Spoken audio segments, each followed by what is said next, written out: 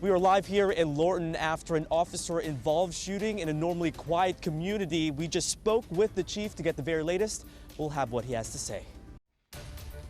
The News at Noon kicks off with breaking news. Good to see you on this Tuesday afternoon. I'm Larry Miller. A man in Fairfax County in the hospital with life-threatening injuries. Police telling us at this hour that he was shot by a Fairfax County police officer. Investigators say that that man also had a weapon. Matthew Torres live at Fit Court in Lorton, where police right now have just given an update on the situation there. Matthew, we understand that this all started with a call to police regarding a report of a suspicious vehicle. And Larry, that suspicious vehicle is actually still here at the scene. As we zoom in towards Fit Court, it's a little bit hard to see from our angle, but just around the corner past that stop sign is where a lot of the investigators have converged. We did just get an update from the chief moments ago. Investigators still here at the scene hours after an officer shot this man at least once here in Lorton. That man, who is in his early 30s, remains in the hospital now in stable condition. Police say 2 officers responded to the neighborhood after a resident reported a suspicious van parked on the street for at least 24 hours just around 8 o'clock this morning. They arrived and then determined this van had stolen tags out of North Carolina. They did not realize that a man was inside this van at first when they called a tow truck. At some point, the man stepped out of the vehicle, according to the chief, and he says body cam footage shows him carrying a rifle with a short barrel.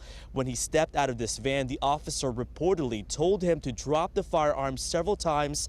So when he pointed it towards the officers, police say that officer then fired multiple shots. We are still trying to figure out about this man. We know he has ties here to Fairfax County. Apparently, he actually was wanted by Fairfax County police for failure to appear. But what the chief was describing was this man clearly was living inside this van based on what they saw inside. I personally walked up to the van to check it out because it was being described to me as a place where someone had lived for an extended period of time. And certainly, I've personally never seen so many things inside of a minivan.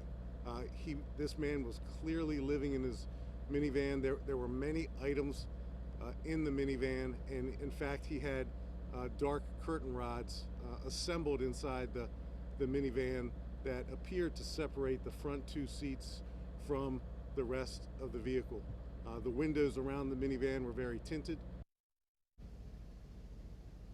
Again, that person is still in the hospital. In fact, whenever the shots fired, 1 officer sustained minor injuries for trying to remove the tow truck driver on the scene, and she ended up hurting herself but has been treated and of course has now been released. The chief says that they will plan to release body cam footage of this incident. He says that witnesses who were there also can corroborate some of what he said during this press conference. We did have reaction from neighbors who say this is normally a very, very quiet community, a very shocking scene this morning. We'll have another update coming up on WUSA 9 at 5 and 6, but for now, we're live in Lorton. Matthew Torres, WUSA 9. Lots of moving parts to this investigation. Matthew, thank you so much.